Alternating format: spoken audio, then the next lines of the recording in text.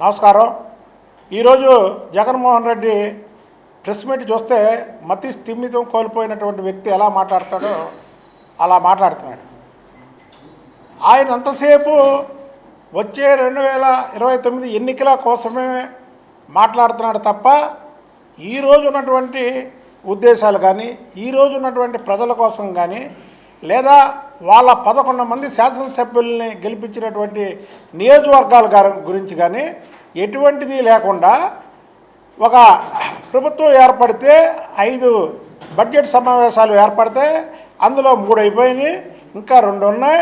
ఇంకా సంవత్సరన్నర కాలం ఇలాగ నియోజకవర్గానికి ఒక వారానికి ఒక నియోజకవర్గం మీటింగ్ పెడతాను. తర్వాత నేను సంవత్సరంన్నర ముందు పాదయాత్ర చేస్తాను అంటే ఎక్కడ కూడా జగన్మోహన్ రెడ్డి మాట్లాడినటువంటి మాటలు ప్రజల గురించి మాట్లాడిన మాటలు కావు, అతను పదవి గురించి మాట్లాడిన మాటలు. జగన్మోహన్ రెడ్డి పాదయాత్ర కాదు, మోకాల యాత్ర చేసిన అధికారంలోకి రావడం అనేది కళ.